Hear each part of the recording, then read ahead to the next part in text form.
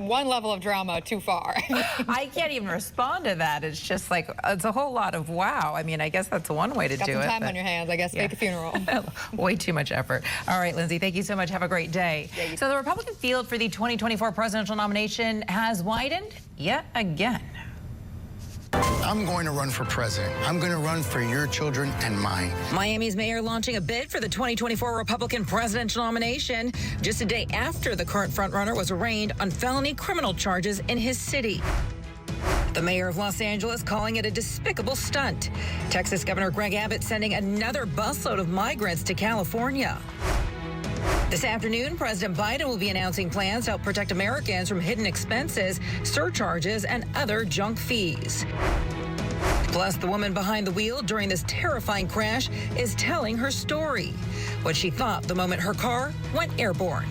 Scripps News Live begins right now.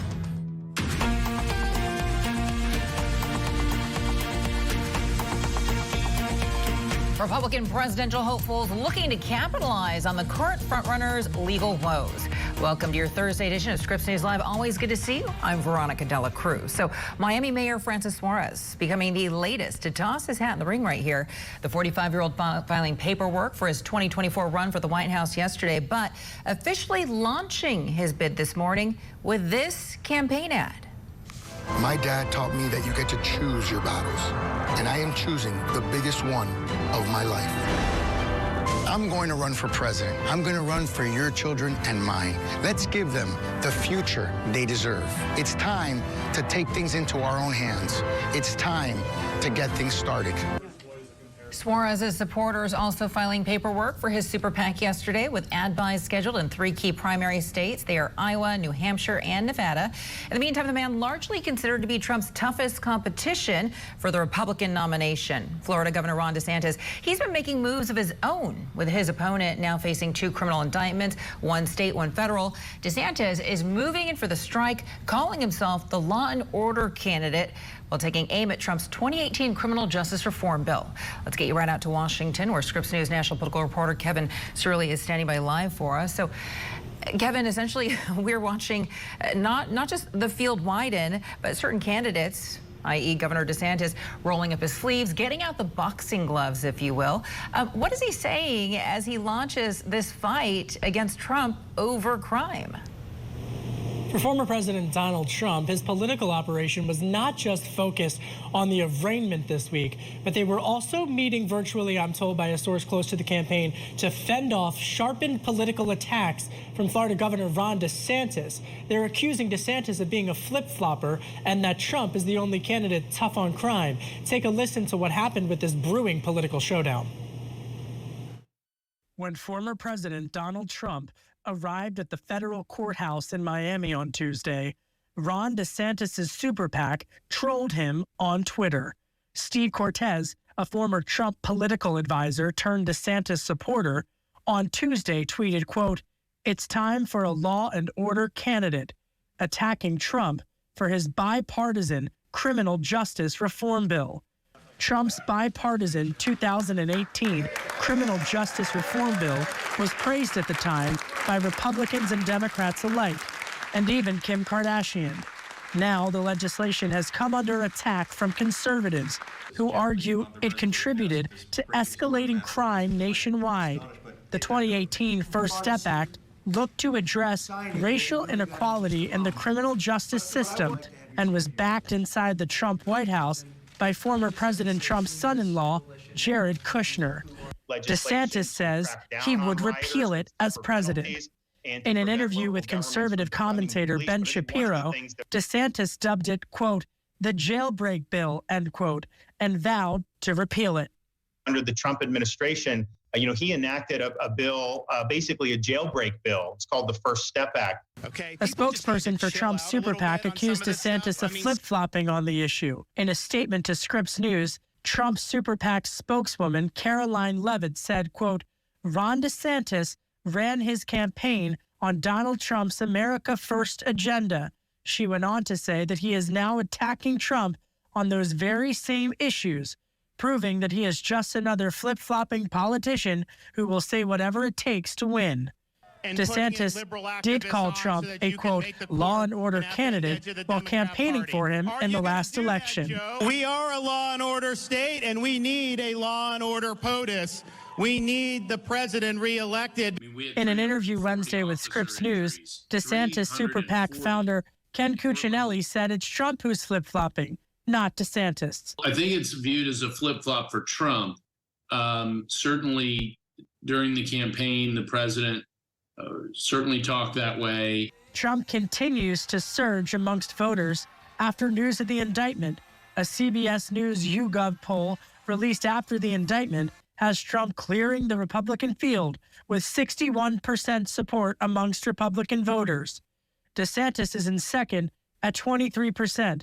The others in single digits.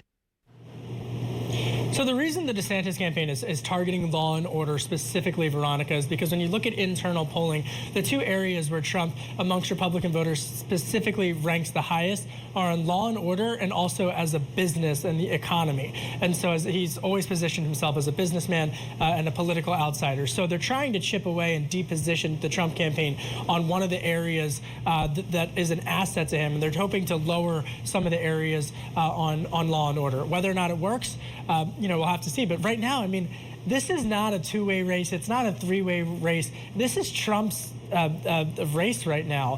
He's at 61%. I mean, that number is massive. And there's some reporting and from the sources that I'm talking with, he might not even show up at the debate. I mean, when you have that wide of a lead. I asked Ken Cuccinelli, who of course is the founder of the DeSantis PAC, in that interview when I spoke with him yesterday about just the wide margin of the polls, and he called it a sympathy bump, was how he put it, with why Republicans are breaking for Trump right now. But it's not just a bump he's getting. I mean, he's really got a political mountain. Yeah, it really is 3 times the number that DeSantis has looking at those polls. And Kevin, you're saying here that he's been focused on crime, but he is a businessman. He has been focused on the economy as well, which is going to be a really big issue as we head into 2024. And we know that Fed Chair Jerome Powell yesterday decided to take a pause, hit the pause button on interest rate hikes. How have the markets been reacting to this? Well, all 3 indices are in the green, last I checked down prior to coming on air. And it's interesting because yesterday, while he did hit a pause on the rate hikes, Veronica, they were interpreted as hawkish remarks because he said that he alluded, well, the investors interpret it, that he might not be finished raising rate hikes despite putting on a pause. And in fact, most forecasts who are trying to interpret his words say that it might be 2 years until rates start to come down. So some hawkish remarks from Fed Chairman Jay Powell yesterday. But today, the Commerce Department just put out some strong retail numbers, and in fact, the retail is up 0.3% last month from the prior, and that's being fueled by gains in the auto sector in particular. That was unexpected to a lot of people, and in fact, the fact that more Americans might be purchasing cars could have a trickle effect on the economy and could prove to be some strong gains in the economy that were unseen. Also, separately from that, they're also seeing that unemployment claims have held steady from month over month, which is also being interpreted as a sign that perhaps the economy is on some good footing. So, in the green today, despite those hawkish remarks from the Fed chairman yesterday. Yeah, it's crazy. The Dow is up 330 points right now. The markets are definitely rallying, lots of green on the board. But to your point, Kevin, you just talked about this latest retail print. We've been looking at jobless claims, and it seems like every single time economic data comes out, it kind of surprises analysts. Is this your take on the situation? Over the past couple of months, as I've been reporting on the economy, and you and I have been reporting on the economy, it's interesting to see how there's been this shift. And the market expectation had really forecasted that there would be a strong economic slowdown at the end of this quarter. And that seems to be now open for debate, and that the extent of the economic slowdown or worse, a recession at the end of this year is being, openly questioned. But I think from a political lens, and this, if there's one thing I know, is that the economic forecasts are often different than how politicians talk about the economy and through the prism of politics. So this high inflation and taxes, for example, it's a very different economic conversation that has been having out there on the campaign trail, where I just got back last night. So, you know, Republicans are fired up over the economy, I can tell you that. All right, Kevin Cirilli reporting live from Washington. Always good to talk to you, Kevin. Thank you.